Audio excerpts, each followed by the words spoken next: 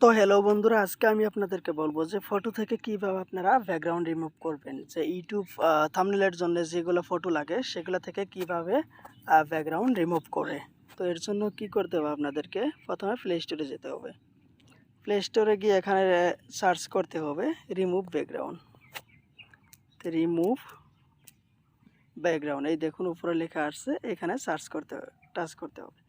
Touch করার পরে এই যে দেখেন, এই যে অ্যাপসটা চলে এসেছে, এটা লোগোটা একটু দেখে নেবেন। তো আমি এখান থেকে ডাউনলোড করেছি, তো আপনারা এখান থেকে ডাউনলোড করে নেবেন। তো সরাসরি আমি ওপেনে চাপ দিব। তো আমি একটা কথা আপনাদেরকে বলি, এর জন্য কিন্তু আপনাদের মোবাইলের ডাটাটা অন করে রাখতে হবে। তো এখানে এসে পড়েছে, এখানে দেখুন লেখা আছে যে আপলোড ইমেজ। তো এখানে একটু টাচ করবেন। টাচ করার পর আপনাদেরকে ফটোতে যেতে হবে। ফটোতে যাওয়ার পর এখান থেকে আপনাদের একটা ফটো চয়েস করতে হবে, যে ফটোটা আপনারা ইউটিউব থাম্বনেলের জন্য রেখে দিয়েছিলেন সেই ফটোটা এখানে নেবেন। তো আমি ফটোটা এখান থেকে ব্যাকগ্রাউন্ড রিমুভ করব। তো অল্প সময় ওয়েট করুন।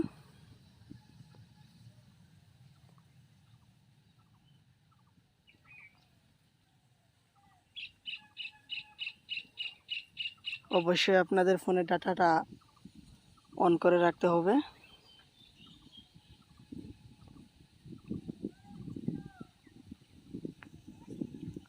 অল্প সময় লোডিং হচ্ছে, এর জন্য আপনাদেরকে ওয়েট করতে হবে। তো দেখুন কিভাবে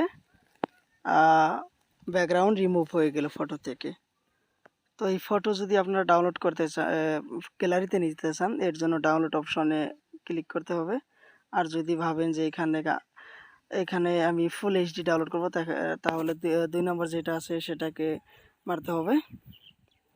আর যদি বলেন যে আমরা ব্ল্যাক কোনো ফটো রিমুভ করব, তো প্লাস আইকনটাতে ক্লিক করবেন।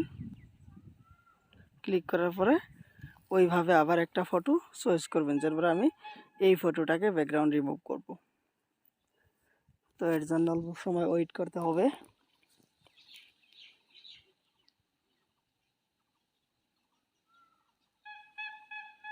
লোডিং হচ্ছে।